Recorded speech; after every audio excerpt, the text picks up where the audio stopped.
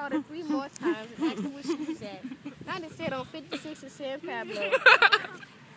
Then DeMonte said, well, hurry up. You already passed one bar station. And then when Nandi passed another bar station, she called him again and said, there's the bar station I'm supposed to get off at. DeMonte said, no, get off on the main one. So Nandi got off on the main one, and then DeMonte said, I'll meet you there. But then when Nandi got there... I don't know, it's a balloon.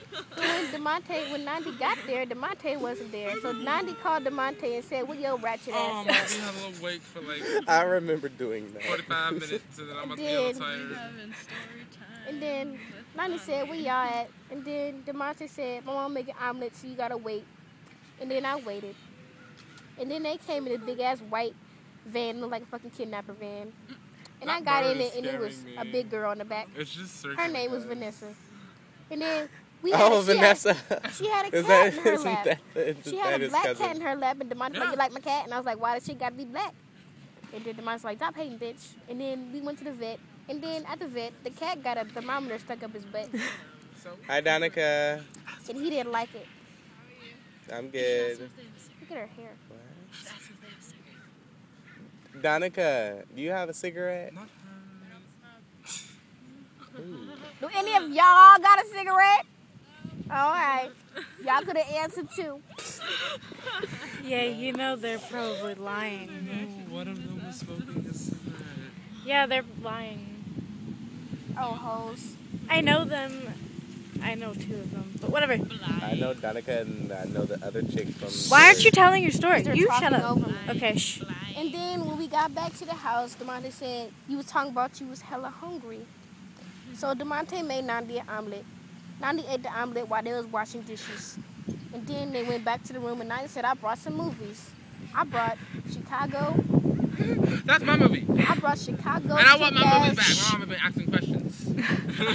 I brought Chicago, Kick-Ass, Superbad, and City Island. DeMonte said, let's watch Chicago. And I said no, because I only like one scene in that movie, and that's He Had It Coming. And then DeMonte said, okay, let's watch Kick-Ass. So we was watching Kick-Ass. And I said to myself, I want some Oreos. I should have packed them damn Oreos. I want a snack. DeMonte was like, oh, we got some Pop-Tarts. So we went to the kitchen. DeMonte got some Pop-Tarts. His mom was yelling at him about some, oh, got the motherfucking kitchen. I'm cooking. And DeMonte was like, I just want some Pop-Tarts and some crackers. And I'm carrying the Pop-Tarts and the crackers. And his auntie said, come here, DeMonte. And we walk in the living room. And she's sitting there, laying there on the couch like a fat ass whore. And I have the Pop-Tarts and shit in my hand, you know. And then she said, didn't you just eat an omelet? And I was like, yep. But I like eating snacks when I watch my movies. And she was like, come here. So I walked over there, all respectful, like, she said, who are you? I didn't say nothing because I was hella confused. Like, why the fuck you know who the fuck I am? She sat up, slammed her plastic cup on the glass table, hella hard, and said, you can't be disrespectful in my motherfucking house. This is my house, child. I said, lady, why are you in my face? And she said, this is my house. I said, DeMonte, I'm finna leave. So I turned around, and she was following me, yelling behind me, where you going? I'm like, I'm going to get my bag. She's like, good. So I get my bag. She's still in my face, yelling at me. I'm like, lady, can I have my space so I can get my bag? She's like, this is my motherfucking house. She started grabbing at me. I'm like, bitch, who the fuck you think you grabbing at? She's still grabbing at me. And I'm grabbing at her. Get the fuck off me. DeMonte break it up with his mama. And we leave. I drop my phone. DeMonte went back to get my phone. And they come back with my phone. And I call my mama. Come on, mama, and say, mama, this girl just put her hands on me. She said, I'm on my way. Let me talk to that hoe. I gave the phone to Dina, DeMonte mama, and she gave it to her sister, the one that put her hands on me.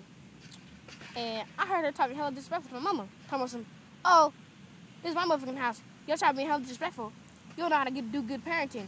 You're a retarded parent. So I went in the house. I said, you can't tell my mama like that. Who the fuck you think you is? She's like, get on my motherfucking house. She started grabbing at me again. She threw my phone on the ground. It broke again. And then She's high. I'm thinking to myself, this bitch done went too far. So she grabbed at me again. I released myself and hit her twice in her face.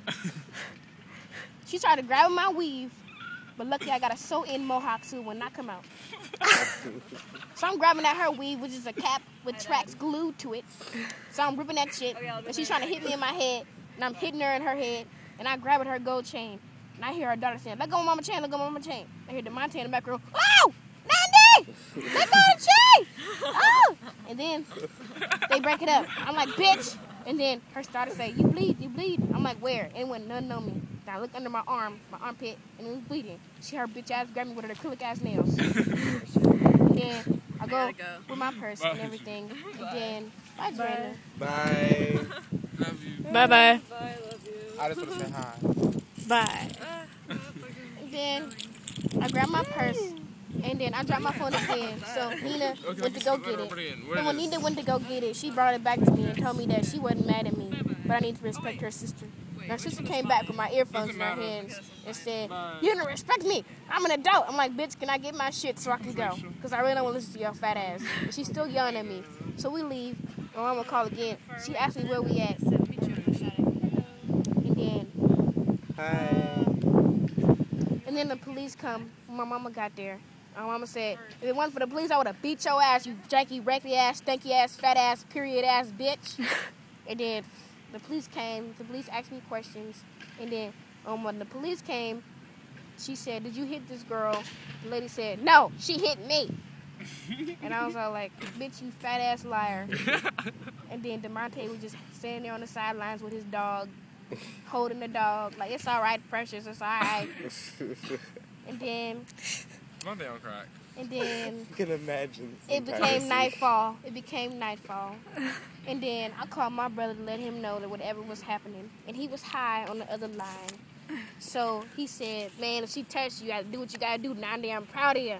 I'm proud of you." And I hear my cousin in the background of that phone saying, "Yeah, Nandi Bo. Yeah, Nandi Bo. You got, yeah, boy ass." And then the police come and take pictures of all my scars. My mama said, "I don't want to press charges on that bitch." And then it's this one young, light-skinned lady that looked just like the hoe that hit me. Walk in there and walk out and say, "Yeah, I'm not afraid to fight no old bitches either." Talking to my mama. I'm like, "Bitch, if you don't take your ratchet ass, stinky ass, faggot ass, ugly ass, crinkly thighs having ass. What's that shit? What's that fat shit? That be cellulite ass having ass. Ratchet ass, nasty ass hoe. Shut your ass up."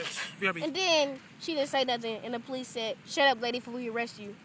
And then we went home. And now we gotta go to court because my mom pressed charges. Okay. That the end? Yeah. Yeah, no, there's yeah, Frank. that- That's a horrible end to Ew, this fuck story. this. I'm done.